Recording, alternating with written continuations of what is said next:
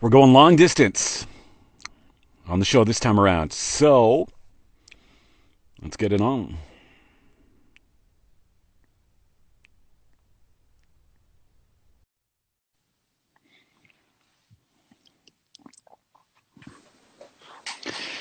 There he is, everyone. Number 15 from your Rattlers men's basketball, Pietro. What a pleasure. How are you doing, KJ? Hey, very good, very good. Tell me, are you actually in Brazil right now? Yeah, I'm currently in Rio, my hometown, Brazil. Yep. Good for you. Good for you. hmm How how is everything there? Because I heard that Brazil is having a tough time these days. Is that accurate to say? It is completely accurate. It's very difficult to describe Brazil at this moment. We're facing, well, hurt us really, really bad, and we're facing like a critical situation with lefty party and right party in Brazil. And besides the health issue that is a political and a social economical issue as well, and we try to find ourselves as a nation again, Hmm. but we're surviving, I would say. Yeah. Yeah. How are you staying safe? Are you staying inside a lot, or like what is life like for you these days? Well, I have to be honest. I'm training every day. I'm not staying inside, but I'm also avoiding getting together with people. So Mm. I'm going for runs in the morning, and I'm training kickboxing Monday, Wednesday, Fridays, and sometimes on the weekend as well. So I try to train with two partners max, and yeah. So I'm trying to keep in shape and at the same time being safe, right? Yeah, yeah. What time is it there right now? It is 11:30 right now. It's 3 hours ahead. I thought it Oh, was okay, 3 hours earlier, but actually it's 3 hours ahead. okay, good. Yeah, So you were training today and went for a jog and yeah, yeah. practicing and yeah. Do you have a Trying. do you have a is there a fight coming up? Is there a bout soon that Well, or there what is that? was nothing coming up yet. Nothing confirmed. There is just Hmm. some speculations. But I had two fights that were canceled. I won the WKA nationals in Canada. Then I qualified to fight in Thailand for the World Championship. That was in March, and of course, it was canceled because of the COVID.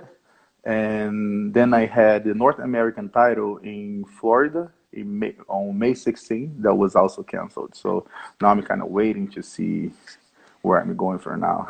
Yeah, yeah. Yeah. So after basketball, how did you end up doing kickboxing? Because I mean, it seems like it's a complete departure from what you were doing before.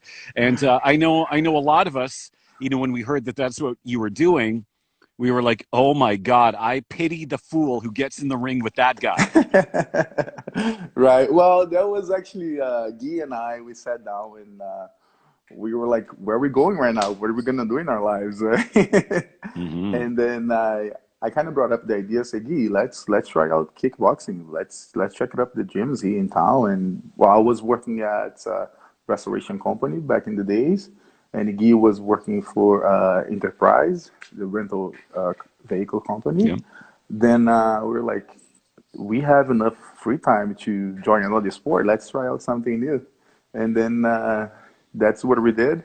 So I kind of found my passion in the kickboxing. I had some background in Muay Thai, karate, and other martial arts. And Gil was completely raw in the beginning. So then after 3 months, we were in a tournament, and it was something very amateur. And then my coach was like, "Well, you need to do something bigger than just tournaments. You have to go like full time fighting." I was like, "Well, let's check it out. Let's try it." Hmm. And then yeah, then I'm still undefeated, so I didn't lose yet. So it's good. So, what is your record now then?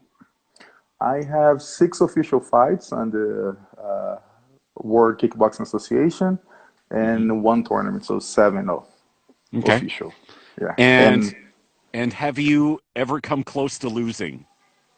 Has anyone like given you a big scare in the ring?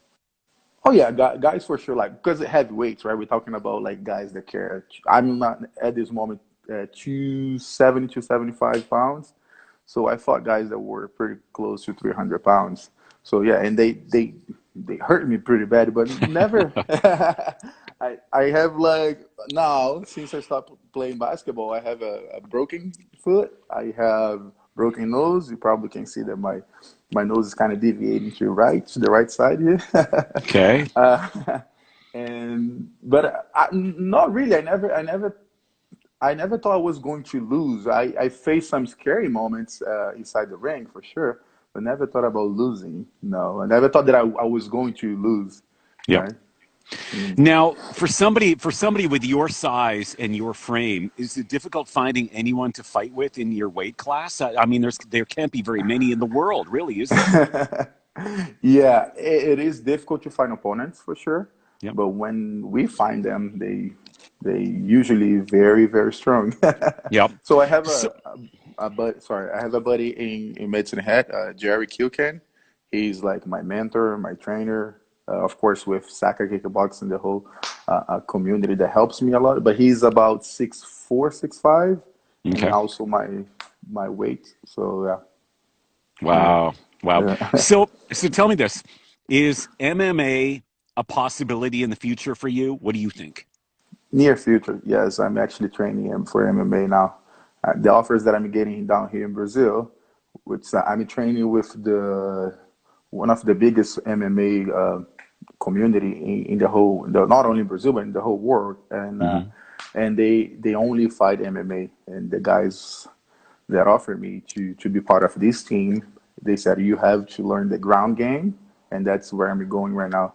So I'm willing to learn jiu-jitsu, wrestling, the whole That grappling game. that's right, because Hmm. in MMA you need many disciplines, right? So you've got the Right. Muay Thai, and I would imagine the Brazilian Jiu Jitsu is something that is very common there. I would Hmm. imagine. Hmm. So yeah. Right. Wow. Right. Yeah. Yeah. Can't wait to see what the future has. That's excellent. That is so good. That is Yeah. so good. Yeah. All right. So for those that aren't aware, tell everybody the story of how you even ended up in Medicine Hat, because I mean it is quite the story, isn't it? Mhm. Oh yeah, it is. We have time, right? Oh, we Because got lots of time. Yeah. well, Guy and I we joined a small school in north of Wyoming for 2 years. We played together at junior college in Wyoming. Then junior college, you're just eligible to play for 2 years. After these 2 years, we decided to go to different directions in the U.S. So I end up signing with Texas A&M, and Guy end up signing with Embry-Riddle in Florida. Yeah, Hmm. Florida. So then we have to pass through a process that is called NCAA Eligibility Center. That Yep. they kind of investigate your whole life to make sure that you didn't have any professional contract, that you didn't have any relationship with uh, professional institutions. So after this investigation, they found out that Guy and I, we because we were part of teams in Brazil that help us with kind of per diem. Shoes, clothing, and all this stuff, they consider our teams back in Brazil as professional teams. So we lost our eligibility. So Mm. then we had to create a new idea, and we were like, "Well, what are we gonna do from now?" So then we end up saying, "Well, we actually had an offer to play for Medicine Hat College before signing with these big schools in the U.S." So then we were like, well, what about we going back to this small community that offer us and see what they can offer. Um, then Guy and I talked, and then we decided to. He was already talking to a school in Quebec. I was already with a school in BC. But we were like, wow, let's go, let's go to a school that really want us because we had like such a good relationship with the coach back in the days, and he was like, "Wow, come here! You guys are gonna be really good for our program, and I will make sure that you guys have everything you need." And we liked the offer, and then we decided to go together to Medicine Hat. You know, when you were on the court, Hmm. you you had a level of intensity that no other player had, right? For example, okay, at the beginning of the game, All the other Mm. players, they're doing the handshakes, they're doing the hug. Meanwhile, you're Uh-huh. off on the other end of the court. Don't Uh-huh. don't talk to me. Don't look at me. I'm not going to shake your hand. What Right. was that all about, and why do you carry yourself that way? Is That's a that good question. is that a I'm glad. decision you made, or tell me more about that? Yeah, I never thought that anyone would actually notice that. I actually, wow, that's interesting. That's my way to prepare myself because when I go inside the court, when I go inside the ring, in my mind, I'm I start to see everything that is about to happen, Hmm. and then in this moment, I concentrate myself, kind of go into a war, and I need to isolate myself from anyone for any distraction. So if I start like shaking hands and hugging friends, and I feel like I wouldn't give my like 100%. I would be like, I don't know. It's quite difficult to explain. Yep. So it's myself, my instincts telling me, okay, you're going to a war, so prepare Yep. yourself. So pretty much that's But yeah. somebody might say poor sportsmanship. What would you I say to mean, that? no, I would consider poor sportsmanship if after the game I don't shake hands. So I Right. would do. I always did the opposite. After every single game, I would go to every single player and shake hands. Of course, if they were Yep. fair with me, then like before the game, I don't consider that. I would say that's my way to concentrate and Yep. isolate from everybody. So yeah. However, Pietro, in Muay Thai, Mm, at the beginning of a fight, it is all about respect. It is all right. about and on the basketball court. I see. I wouldn't say disrespectful, but I would say that in Muay Thai, it's a matter of pure respect at the start, at the finish, at all points in between, right? So, Right. was that a challenge for you when you started in Muay Thai, when you had to really increase that respect level? You know what I mean? Yeah, no, I know what you're saying. No, was something very natural because again, I don't shake a hand with my opponent as well. Okay. I touch gloves and I kind of bow to him, and he does the same. So no, but it was something very very natural to me to adapt to go over these transitions, Yeah. right? So, Hmm.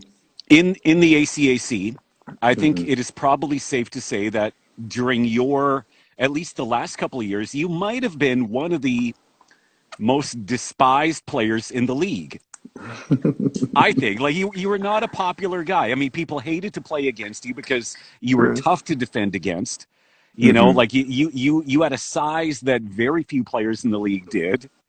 Did you you probably enjoyed that I kind of that did. intimidation thing? I could see before every single game the level of respect. Like my opponents were looking at me because I always made sure to look every single one inside the eyes and like, hey, look at me here. I'm about to to Yeah. go on.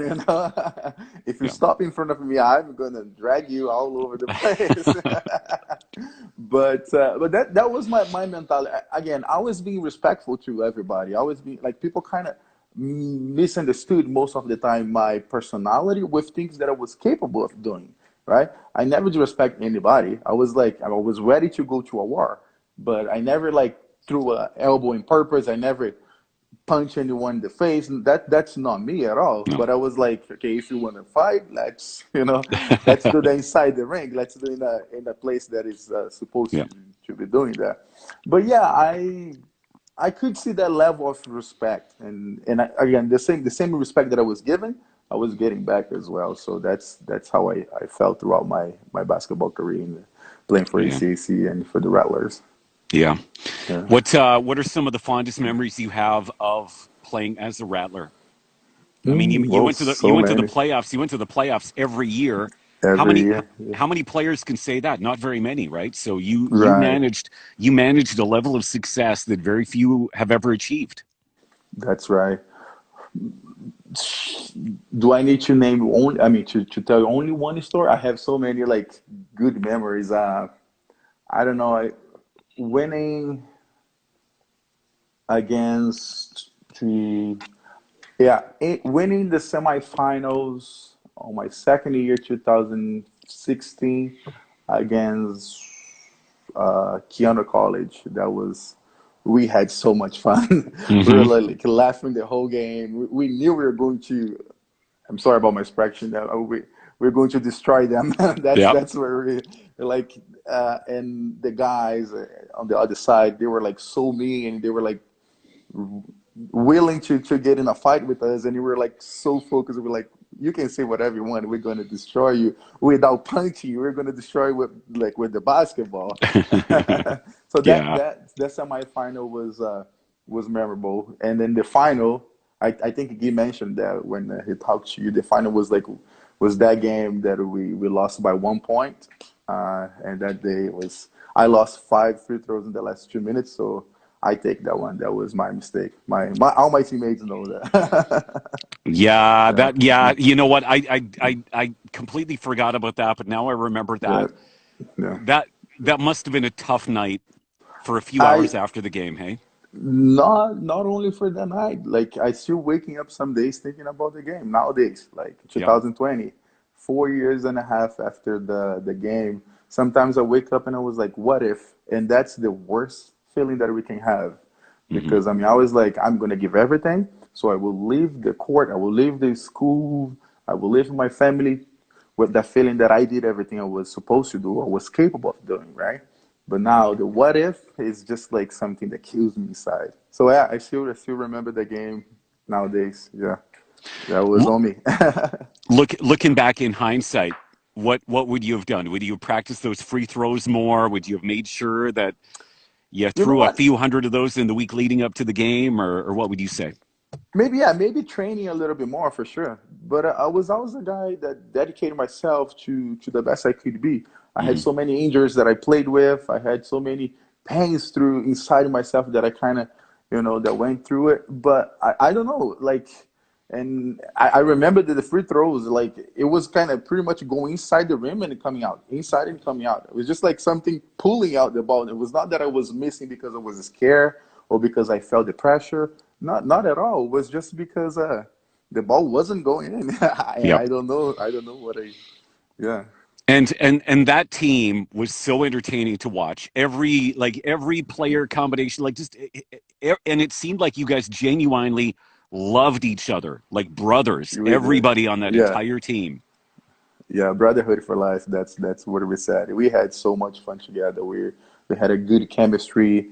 We did respect each other. We knew that we came from different backgrounds, and I never Yeah. when I first came to Canada, I was like, I don't know if they're gonna treat me the way that I'm expecting, and they actually treated me like way better than I was expecting. Like Medicine High College, it was a unique experience for me, Yeah. coming from a developing country, from Latino background. I thought there was well, maybe I will see some people that will be racist or this and that, but no, I never felt that way. I always felt part of the community. I always felt the level of respect that I that I gave to everybody. So I got Yeah. back. So it was a Yeah. great experience. Like with the staff, with school, my teachers were, watching the games, and the community. People would come to me after the game and say, "I came just to see you. You're so entertaining." I was like, That's "Wow, thank awesome. you so much." That's Yeah. priceless. That's completely priceless. A unique experience.